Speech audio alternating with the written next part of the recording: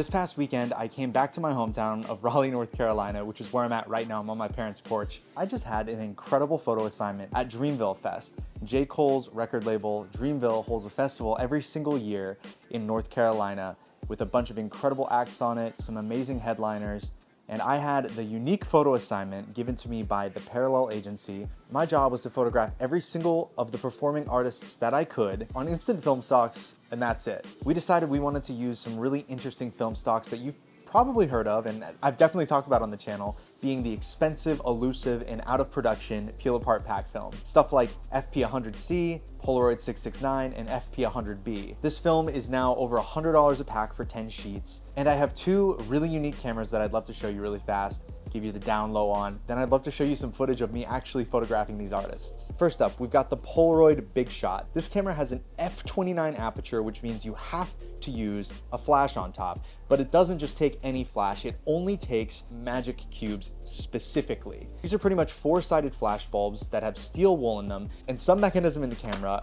ignites them. It creates this insanely hot, beautiful flash, and then it rotates to the next side. And after 4 flashes, you take that flash cube off, you throw it away, and you put the next one on. This camera has one fixed focal length, and it has a split image viewing system. So you look through the rangefinder, and it has these two images that, while you move the camera back and forth, the images eventually line up, and that's your perfect focus. There's one fixed focus, there's one frame. You always have to fit your subject in that exact framing, but it is a very unique, beautiful, and cool way of shooting photographs of people. These cameras aren't perfect by any means, and in fact, they're actually kind of like horrible. First of all, they're made out of like the cheapest plastic of all time. If you dropped one, that's it. Like, it's turning to dust. It's gone. I actually ordered one a couple months ago, and it came broken. Like, it was bubble wrapped very well, but it still just came completely obliterated, unfortunately. This camera, when you pull the film out of the back, it's got something called spreaders. So after you take a photo, you pull the film out of the camera, and the chemistry gets spread across the film with these two metal plates that are holding it tightly together. Spreaders on these cameras can be incredibly faulty. Your film can jam so easily. And I had that problem on the first day where I shot a frame, I tried pulling it out, and the film just got entirely stuck in the camera, and I lost all 10 sheets of that $100 pack of film. And the next camera we're using is the Konica Instant Press. This camera is like the best camera possible for instant peel-apart pack film. It's got what pretty much is a large format lens on it. It's got a really handy focusing system on the side. It's got a nice bright viewfinder, and it has fully manual controls. You can even put a flash on the cold shoe and shoot flash photos. Both the Big Shot and the Konica Instant Press I am currently borrowing from Brooklyn Film Camera up in Brooklyn. They lent them to me. They sold me a ton. They sold me so much instant film, both Instax Square for an event I was shooting on Friday, and 4 or 5 boxes of peel-apart pack film. Without these cameras, I wouldn't have been able to do this job, and I'm really grateful for that. So shout out to Brooklyn Film Camera. Thank you so much. Festival day 1. I loaded up all my cameras, and I actually had 2 Big Shots. I borrowed one from someone in Raleigh, and both of the Big Shots fully jammed. Oh, shit. In my rib. Don't do this to me. So festival day 1, there was no Big Shot action. I thought maybe I could clean them out when I got home, maybe clean the spreaders and try again the next day. So I was just gonna be using the Konica Instant Press. Honestly, shooting artists at a festival on a camera that you've never used before, on a film stock that doesn't exist, that's expired, that's problematic, is definitely a pretty stressful experience. And my assignment to photograph these artists did not come with the guarantee of me being able to photograph them or them being down or knowing their whereabouts. So I just looked at the set list. I would have clearance to post up backstage before they went on, and I'd walk up to them and ask for a photo. And this is kind of how it went. Pardon me for the vertical video. We got the footage we could. We did not want to overdo it, and this was just what was natural to my homie Nance, who was filming. It's still video. You still get to see it. I know it's not perfect for YouTube, but whatever, right? It's cool. It's cool. 2, 1. 3, 2, 1. Go. Oh, big. Tizo touchdown for that one, bro.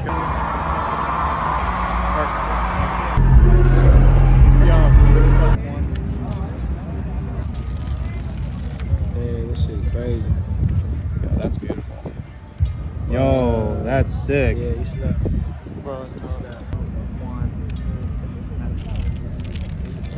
Turned out good.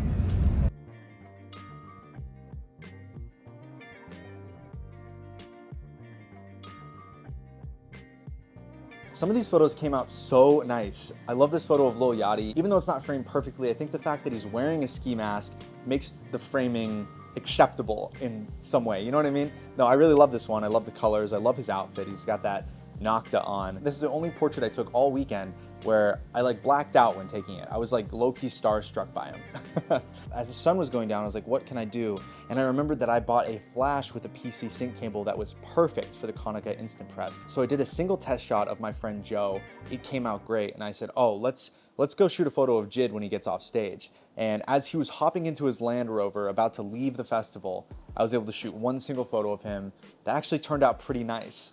A lot of these images on the first day came out really good. Some of them aren't perfect focus, but it's just like kind of encapsulating this like concept of just shooting one single portrait of them on an instant film and leaving them alone. After shooting each frame, I would hand off the film to my friend Joe, who would run back to our media camp and he would scan them immediately so that they could be shared on the Dreamville social. This is the same concept of somebody shooting digital at the show. They shoot a bunch of photos of the artist and then they run the SD card back to the media camp, they give it to somebody, they edit it, it goes up. It's just adding another type of media that is dope for a festival to be able to share immediately, is like these instant film photos of the artists. And yeah, I think we're onto something with this. Before heading to day 2, I opened up the Big Shot and cleaned the hell out of the spreaders.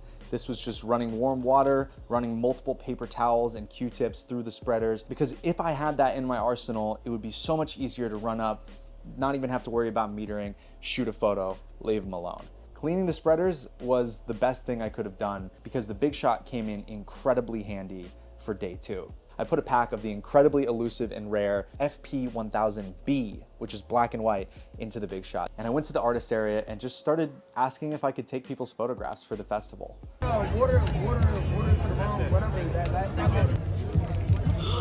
That's fucking sick. That's fire. For sure. Fire.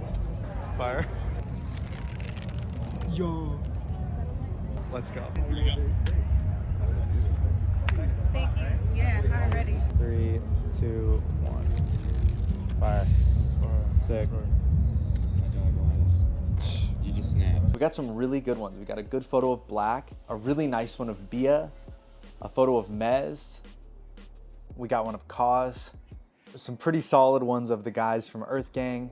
I love these two of Sway Lee and Jimmy from Ray Shremmerd. And even shot a photo of Vic Blends, the dude that cuts everybody's hair on Instagram and asks their story and overall just shares a really positive message. It was dope. It was dope to get him in frame as well. After blasting through this black and white pack, it was close to sunset and Ray Shremmerd was performing, and I stood backstage for an hour and a half beforehand, and then I didn't get a chance to take a photo with them because they were rushing to stage. Then afterwards, I was using my light meter for probably 30 minutes, just checking the light over and over again. And when they came out, I pretty much lined up my shot and just asked for one photo, shot it, and this is how it went.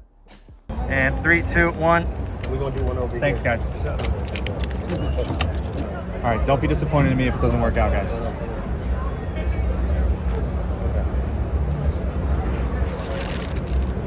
Holy. This photo is probably the most important one to me because of how long I waited to take it, how nervous I was that I didn't get them in frame, and I was also worried that I didn't get the exposure right. It looks pretty good. It's not perfectly framed, but it's just a dope photograph to have made after waiting so long, and I'm stoked on it. I'm really stoked. I also shot photos of Key Glock. Yeah. Fire. Oh my God, dude. And Chase Shakur, and I love Chase's reaction so much. Oh shit! Yeah, that's pretty cool. It's hard as hell. Look at that, man.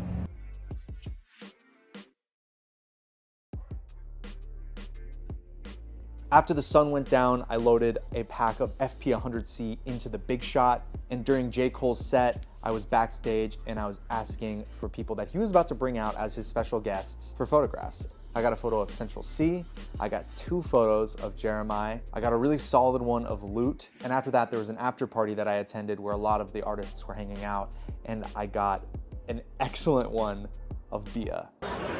3, 2, 1.